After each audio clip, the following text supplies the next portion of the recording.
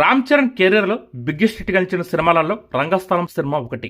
ఈ సినిమాలో రామ్ చరణ్ నట విశ్వరూపం చూపించాడని చెప్పాలి. ఈ సినిమా ముందు వరకు రామ్ చరణ్ నటనపై అనేక విమర్శలు వచ్చాయి.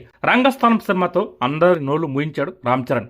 1980వ దశకంలో ఒక ఊరిలో జరిగే కథను ఆధారంగా తీసుకుని సుకుమార్ రూపొందించిన ఈ సినిమాలో రామ్ చరణ్ చెవిటివాడిగా చిట్టిబాబు పాత్ర పోషించి అదరగొట్టాడు. ఇక రామలక్ష్మి పాత్రలో సమంత ఒదిగిపోయిందని చెప్పాలి. అయితే ఈ సినిమాలో హీరోయిన్ గా సమంత కన్నా ముందు అనుపమ పరమేశ్వరన్ అనుకున్నారంట. ఆడిషన్ కూడా పిలిపించారంట. కానీ ఆమె డైలాగులు చెప్పకుండా తన తల్లి వైపు చూస్తుండిపోయిందంట. అంతేకాదు ఈ సినిమాలో బర్రెలు కడగాలి, వాటిని తోమాలని చెప్పడంతో ఆ సీన్ చేయనని అనుపమ పరమేశ్వరన్ తెగేసి చెప్పిందంట.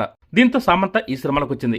నాగ చైతన్య పెళ్లి చేసుకున్న తర్వాత సమంత ఈ సినిమా నటించింది. అసలు రామలక్ష్మిగా సమంతను తప్ప వేరొకరిని కల్లో కూడా ఊహించుకోలేం అన్న రేంజ్ లో ఈ సినిమాలో అదరగొట్టింది సమంత. ఇంత మంచి ఆఫర్ వదులుకోవడంతో అనుపమ పరమేశ్వరన్ ఇప్పటికీ బాధపడుతుందంట. ఈ సినిమా కనుక చేస్తుంటే అనుపమ పరమేశ్వరన్ రేంజ్ మరోలా ఉండదని చెప్పాలి.